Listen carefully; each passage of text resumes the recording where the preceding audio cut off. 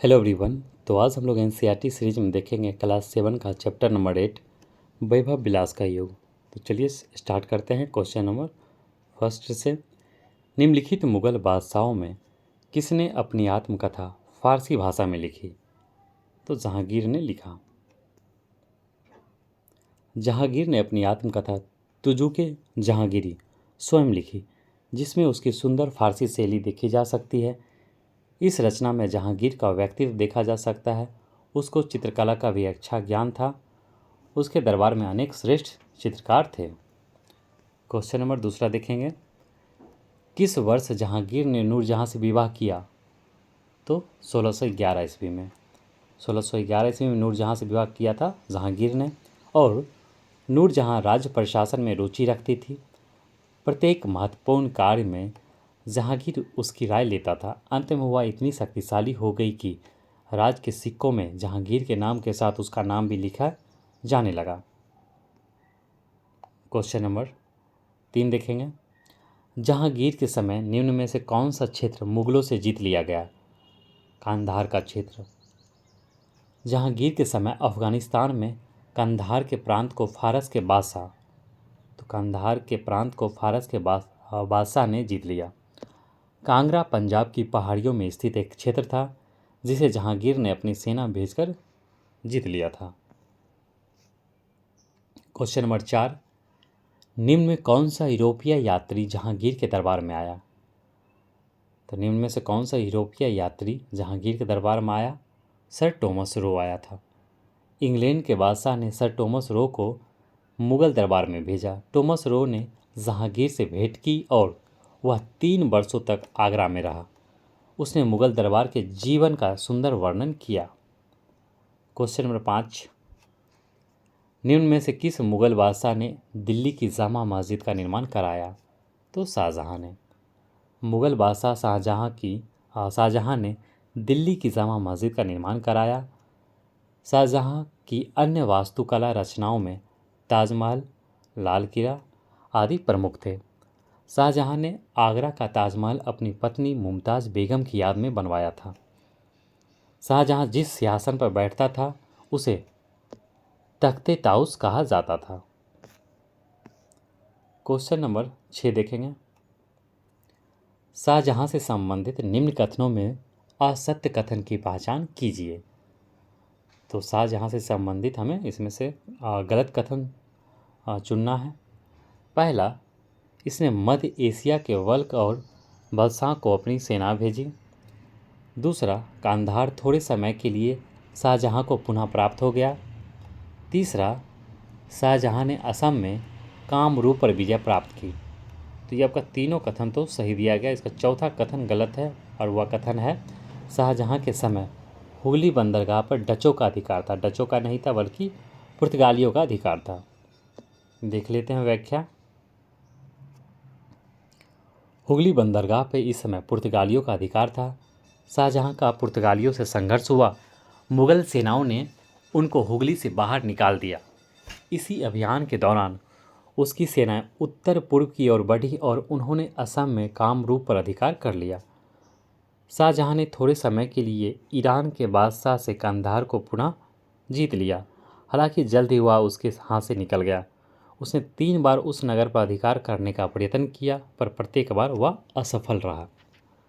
Question number 7। Shahjahan ने निम्न में से किसे अपनी राजधानी बनाया? तो शाहजहानाबाद को। विकल्प सी सही है, अर्थात शाहजहानाबाद को बसाया। इसी नगर को उसने अपनी राजधानी बनाया। आज वह दिल्ली का एक प्रमुख भाग है। 1666 ईस्वी में शाहजहां की मृत्यु हो गई। Next question number 8।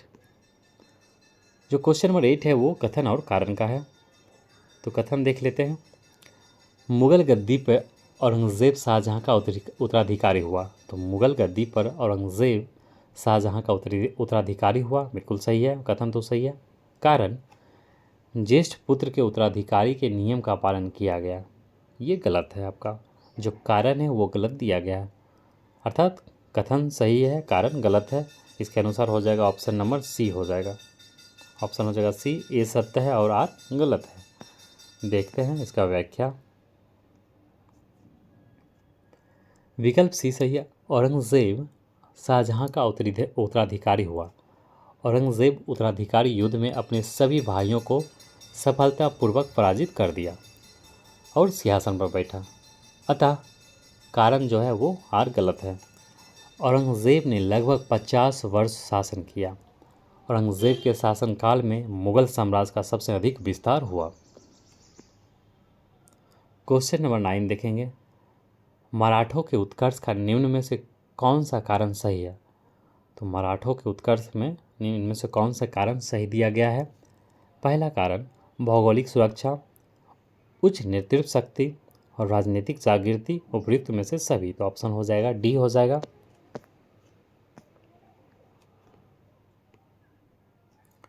व्याख्या देखते हैं। मराठे शुरुआत में दक्षिण राज्य के अधीन सरदार थे। मुगल और दक्षिण राज्य की राजनीतिक कमजोरी देखकर मराठों ने सैनिक शक्ति बढ़ाकर दक्षिण राज्य पर विद्रोह कर अपना स्वतंत्र अस्तित्व बनाना आरंभ कर दिया। पूना और कोक्कन के आसपास का क्षेत्र पहाड़ी क्षेत्र है जो उन्हें भौगोलिक सुरक्षा प्रदान करता था। इसी क्षेत्र में मराठे शक्तिशाली थे। मराठे छापामार गोरिल्ला युद्ध प्रणाली में बड़े कुशल थे।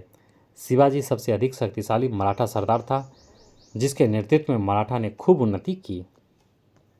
क्वेश्चन नंबर 10 देखेंगे। वह कौन सेना नायक था जिसे बीजापुर के सुल्तान ने शिवाजी को दबाने के लिए भेजा था? तो वह कौन सेना नायक था जिसे बीजापुर के सुल्तान ने शिवाजी को दबाने के लिए भेजा था?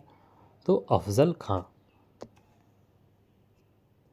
विकल्प भी सही है। शिवाजी के पिता बीजापुर के शासक के अधीन उसकी सेना के अधिकारी थे और शिवाजी ने बीजापुर से अपने को स्वतंत्र बनाने की कोशिश की। तभी बीजापुर के शासक ने अपने सेनापति अफजल खां को उनके विरुद्ध युद्ध करने को भेजा, किंतु शिवाजी ने उसका वध कर दिया।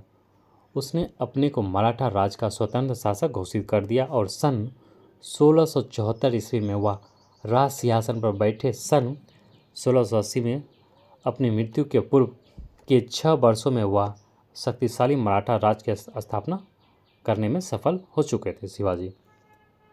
नेक्स्ट देखेंगे क्वेश्चन नंबर 11। किस मुगल सेनापति के साथ शिवाजी ने संधि की? तो किसके साथ? जय सिंह के साथ। देखते हैं इसका व्याख्या। विकल्प भी सही है। मुगल बादशाह औरंगजेब ने शिवाजी की बढ़ती शक्ति को देखकर अपने विश्वसनीय राजा जय सिंह के नेतृत्व में एक विशाल सेना शिवाजी का दमन करने के लिए भेजी।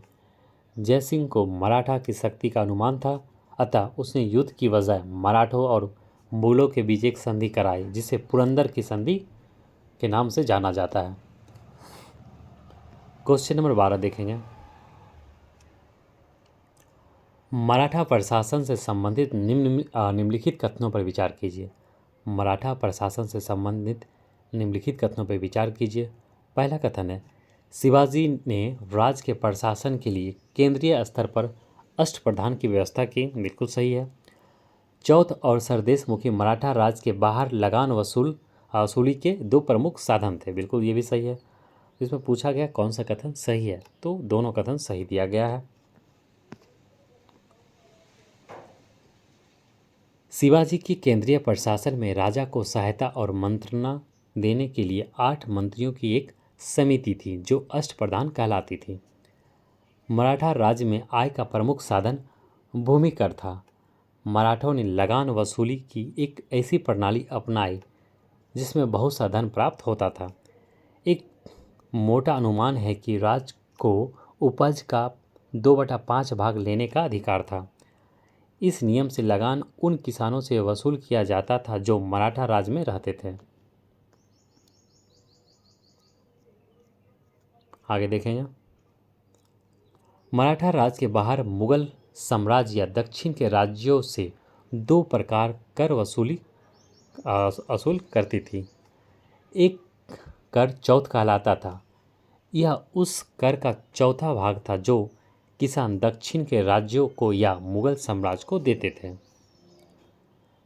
यह एक अतिरिक्त कर था जिसको वसूल करके मराठा यह विश्वास दिला देते थे कि वे उस क्षेत्र में अब लूटमार नहीं करेंगे और ना ही आक्रमण करेंगे।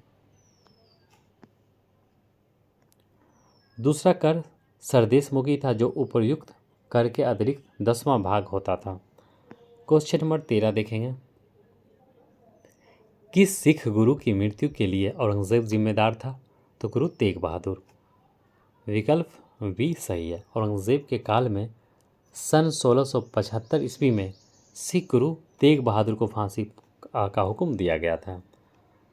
तो आप लोग इस चैनल में प्लेलिस्ट में जाके आधुनिक भारत के इतिहास में भी देख लीजिएगा। उसमें मैंने पूरा सिख के जो दसों गुरु हैं उनके बारे में बता दिया है, तो उसे भी देख लीजिएगा प्लेलिस्ट में जाकर। तो चलिए आगे देखते हैं क्योंकि यहाँ से क्वेश्चन आते हैं।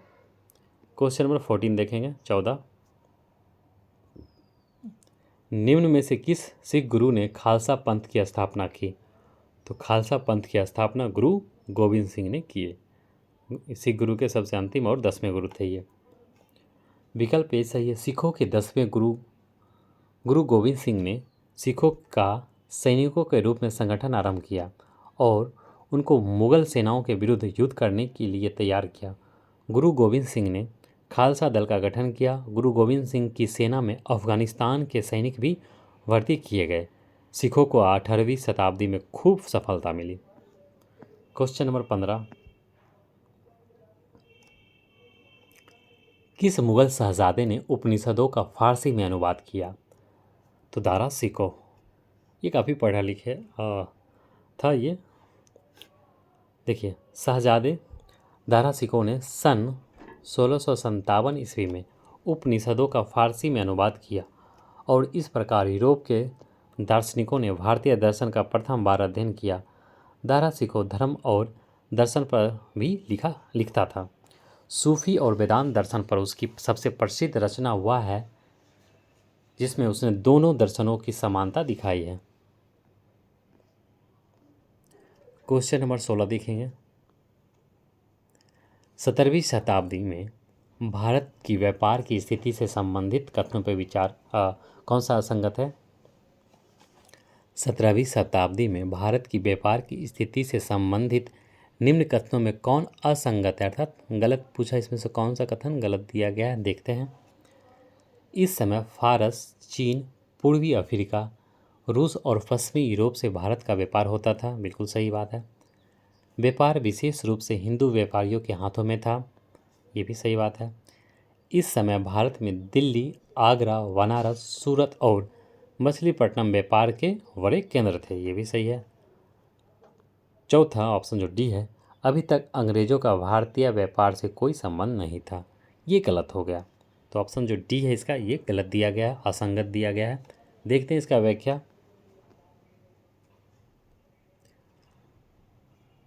देखिए, विकल्प डी असंगत है, बाकी ए बी सी सही है। इस समय अंग्रेज की भारतीय व्यापार में अधिकाधिक रुचि बढ़ती जा रही थी। पुर्तगाल और इंग्लैंड आदि यूरोपीय देशों से जहाज आते थे और भारत से सामान ले जाते थे।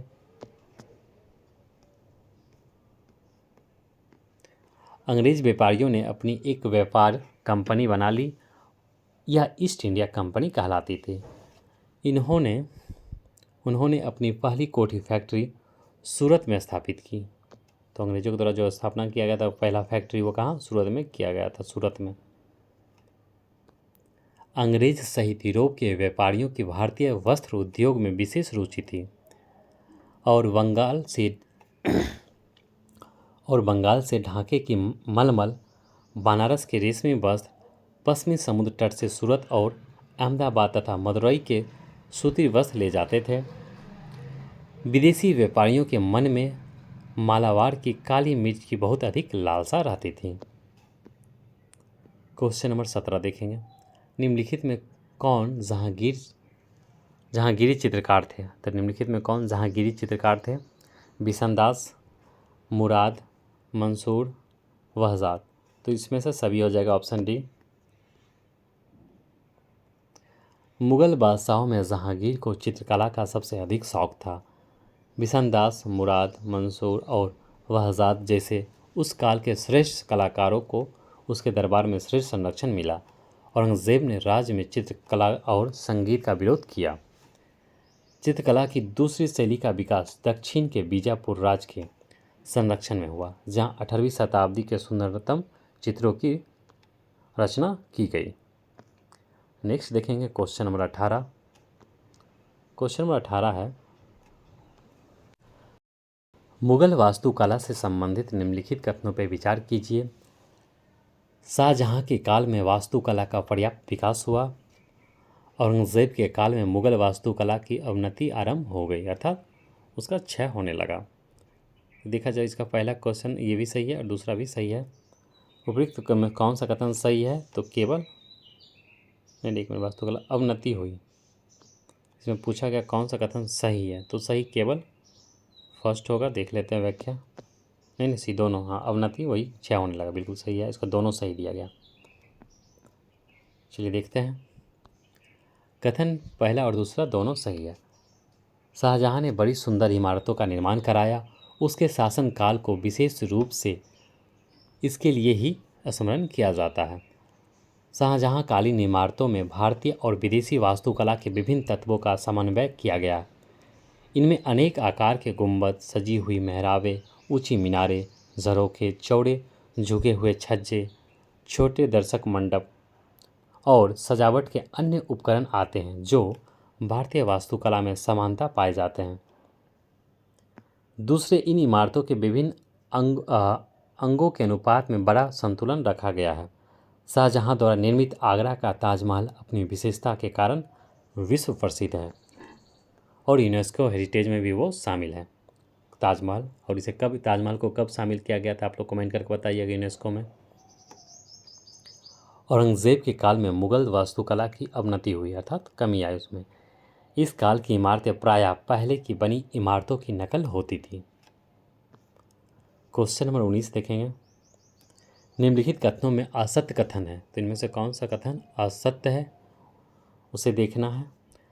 संगीत की हिंदुस्तानी या उत्तर भारतीय शैली मुगल काल में खूब लोकप्रिय हुई।